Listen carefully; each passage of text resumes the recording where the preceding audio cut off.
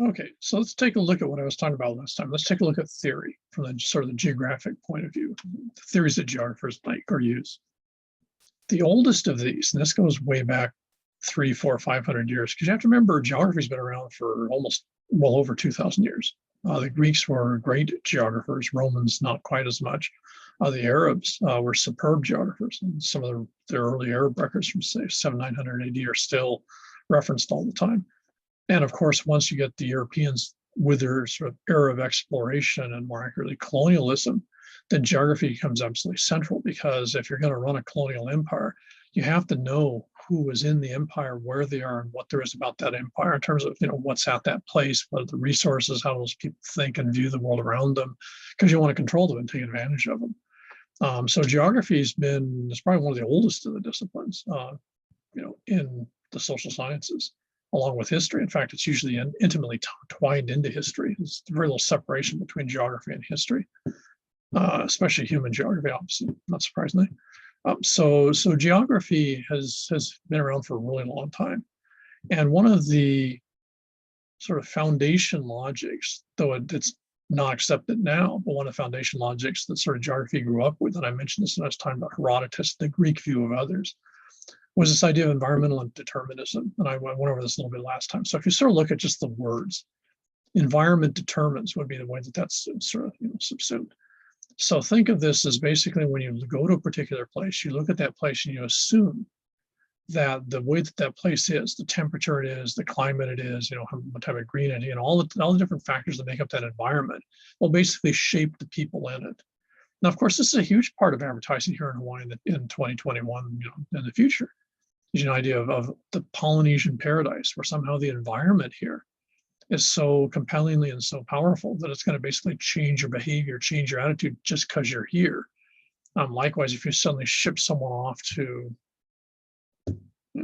Elko, Nevada, then that environment would change them. So this is environmental determinism. It has the advantage, if you want to think of it that way, that it's real straightforward, because if you describe the environment, then to a certain extent, these folks figure, well, you sort of described how people operate.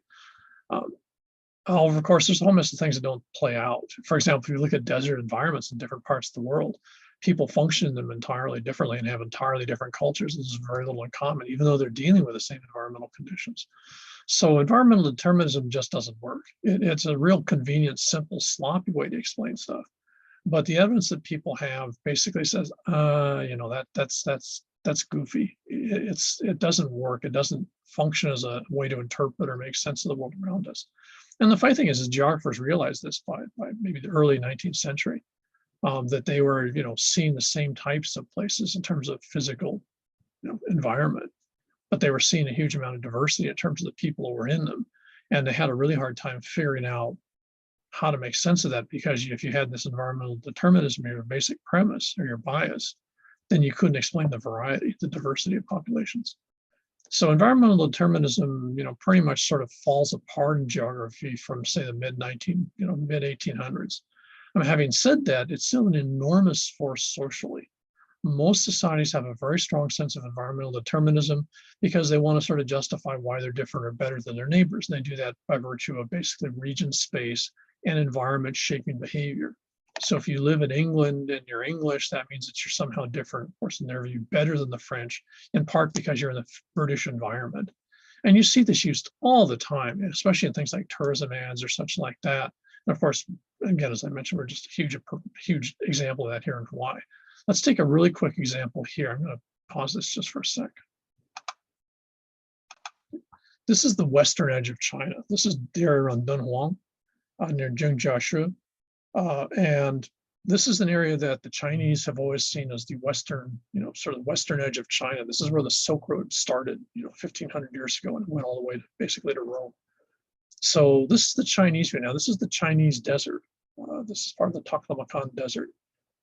And what you find here is a bunch of Chinese YouTubers. I can almost guarantee it. Well, it's not YouTube. It's whatever the WeChat version is. And what they're doing is they're filming themselves here.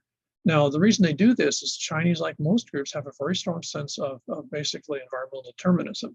And Chinese are firmly convinced that if you grew up in this desert environment, You would be radically different than other Chinese in other parts of China because, the desert would change you.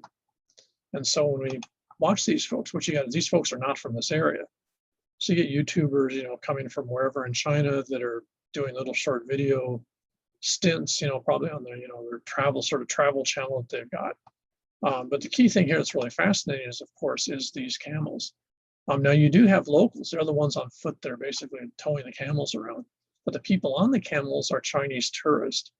And they're basically in here doing this stuff because they want to experience, one, the desert, but also the idea of experiencing the fact that you change when you're in the desert because the desert's a different place and it changes you. Just like their, American or other counterparts. And so you get these folks trundling for probably an hour or two across the desert with the idea that the desert is a different place and it actually shapes and changes your behavior. So at some point, the folks on the camels would see themselves as different than the folks who are like this person here who's towing the camels around because they're local and they live in a desert environment. So therefore, they're a different type of person. That's environmental determinism, especially when you make it collective.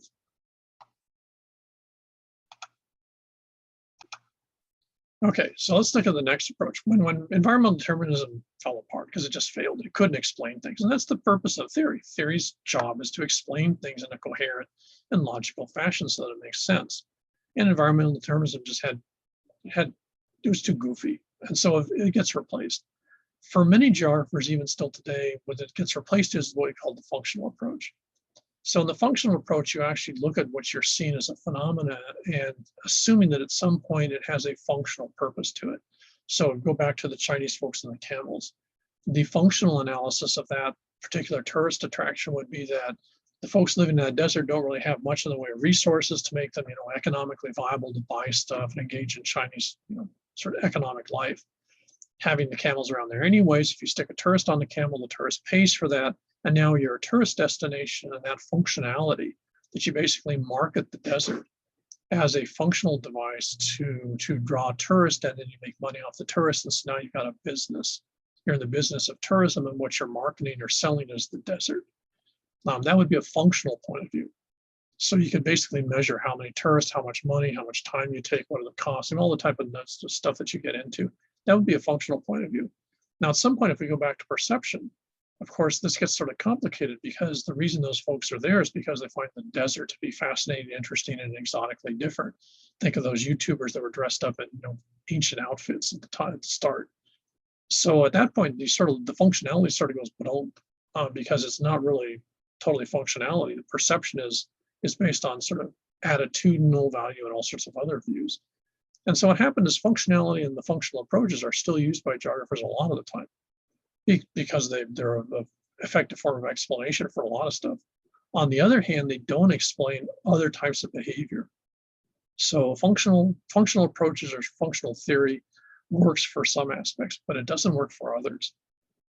For those, geographers looked for other ways of explanation. And one of the ones that we still use a lot, my specialty is a phenomenological, what's it called, existentialist approach. This is not particularly complicated, though it sounds really impressive. It's always good to lay on people if you want to terrorize them. Phenomenological approach just means that you look at a particular situation from the standpoint of the people that are using it. So if you want to look at that desert environment, you have to talk to the tourist and find out, why did you take that trip, since it's probably about at least 1,000 miles from where they live?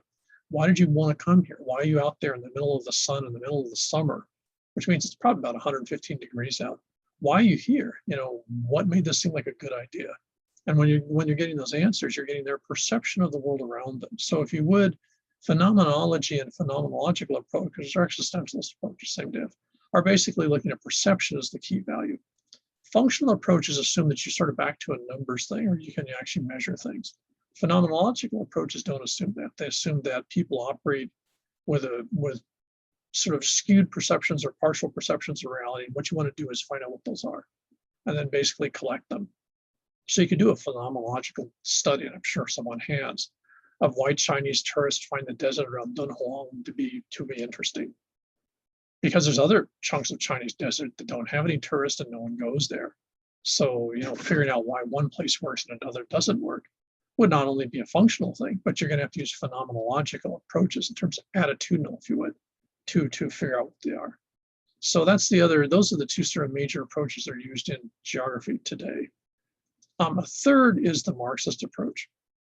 And the reason that the geographers, fair number of them tend to be into Marxist approaches, is it sort of ties, well, it ties a little bit into both functional and phenomenological, in that what Marxist approaches are going back to, excuse me, is the theory that Marx and Engels generated in the mid-19th century, that basically argued that people's labor, the effort that people put into stuff, is controlled by the group.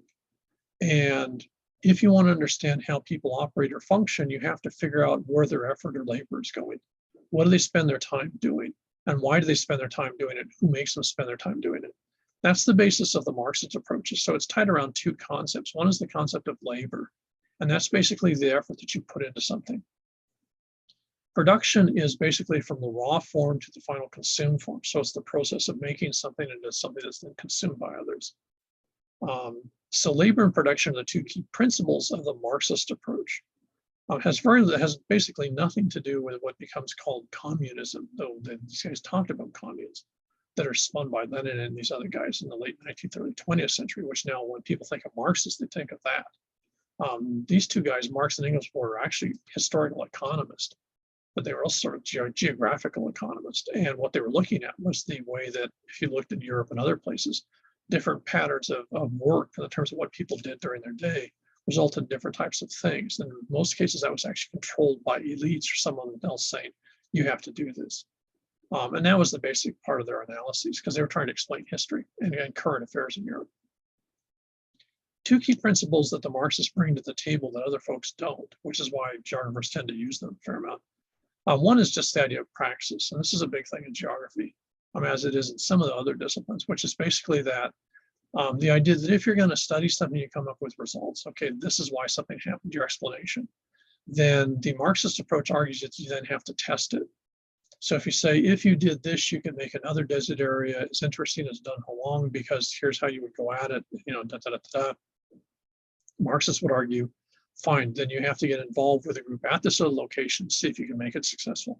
In other words, you actually have to test your theory to make sure it works, versus just writing something up and then going and talking on talk shows or something like that. That's praxis. So it's practice what you preach. Don't think of it that way. The other is the idea of the dialectic. Marx and Engels are around in the 1830s, 1840s. That's an enormous amount of change going on in Europe. And much of it was totally unexpected. It's like change happening almost every day, and people weren't really sure why the change was happening. And it just was catching everyone by surprise all the time. And so one of the things they realized when they were looking at approaches, and this is true of the other ones, phenomenological, functional, even environmental alternatives, certainly, was the fact that they were static. So if you looked at tourism in Hawaii, for example, you would look at, say, tourism in 2010, then tourism in 2020, and then there's sort of snapshots in time. But they're not very good at operating and functioning with the idea of change. And of course, tourism here changes. It changes every week, it changes every month. And so what the Marxists were arguing was basically that you have to incorporate change as a constant. Other approaches tend to be static. They assume it's a sort of a status quo, or what's oftentimes we use the word homeostasis. It's a sort of steady state. The Marxists argued when you're looking at people and you're looking at the way they operate in the environment, you can't use steady state because there's no such thing as steady state. The environment's constantly changing, people are constantly changing, groups are changing. So therefore you have to use the assumption of change has to be built into the way that you look at things, and that's the dialectic. And I'll sometime in the future when we get into it in more detail actually sort of explain that. But that's the key part of Marxism that geographers find incredibly useful, because almost everything we look at is in a constant state of flux or change. And so using sort of a dialectic approach to your analysis is a real big part of what in some cases makes geography pretty different than its sister disciplines. Time-space geography, this was actually from the Swedish school under Hagerstrand at Lund University in Sweden, which was basically looking at perception in terms of the choices that people make in terms of getting from one spot to another. It's called time-space geography, and that's exactly what it means. If you're going to go from one spot to another, what's the path of the way that you get there? And why did you make those particular choices? And then they would map that out. Now, you can not only use these for things like transit. So, for example, if you're going to figure out how people would use the rail system or how people use the bus here on Wyoming Avenue, that would be a pretty easy point path. You could look at people and say, how are you going to get from here to there? Are you going to use Uber? Or are you going to walk? Are you going to use a bus? Are you going to drive your own car? And then you look at the choices they make, and you also look at the paths they choose. In other words, which roads are they going to go down to get where they want to get to, say, Ala Center. Now, the interesting thing is when they originally started this, they actually weren't looking at actual physical movement. What they were looking at is gossip. They were trying to figure out why people would generate rumors and people would listen and believe rumors about things. And so they were actually mapping those out, like who started a rumor, and then tracking through where did the rumor go, how did it change over time, who changed it, who moved it. So they actually were mapping, the points would be the people acquiring a rumor, for example, and spreading it, and the paths would be who they talked to and how it changed and worked over time. At some point, probably in the next year or two, I can guarantee you're going to find one or two geographers, probably European, that are going to look at COVID rumors about, what helps you to deal with COVID, why masks are a bad thing, or all that type of stuff. And they're going to start mapping this because it's a key part of this. With social media, and especially the data that social media collects, it's really easy to map this stuff, which is pretty surreal if you're not used to it. But time and space geography is fascinating because in many ways, it's a really good way to analyze and map the digital world that we live in the 21st century. That probably wasn't as relevant back maybe 100 years ago, but nowadays this has become an ever larger growing area of sort of theoretical analysis and geography related to the digital, or so especially specifically social media. The last of these is just sort of, it comes up a lot. This is postmodernism. Postmodernism, in my personal perspective, is sort of a waste of time. It's also called critical theory, where basically what you do is you go to some length to analyze something that was done in the past and basically reject it. Like the functional approach, well, it didn't look this, it didn't look at that, it didn't explain this very well. So therefore, it's sort of a zap. The problem with postmodernism is in many cases, you don't generate a replacement. So you basically diss on someone's idea. In many cases, they're dead already. Like the data is ancient. So, what are they going to say, right? But you don't replace it with some new explanation. And of course, the function of theory is to explain. And postmodernism basically is critique, which is different. Critiquing something isn't providing an alternative explanation. Critiquing is just exactly that. You're complaining about something or dissing on something. So one of the problems in postmodernism, why you don't see it a lot in geography, is simply the fact that I think geographers are practical enough that if you're going to do something, you want people to read it. Writing 300 pages about why someone had a bad idea 150 years ago, no one's going to read it because why should they bother? Once they've heard that you think it's a bad idea, it's like, fine, that's your opinion. So postmodernism is big in some disciplines. It's not really very strong in geography just because it really isn't explanation, it's critique.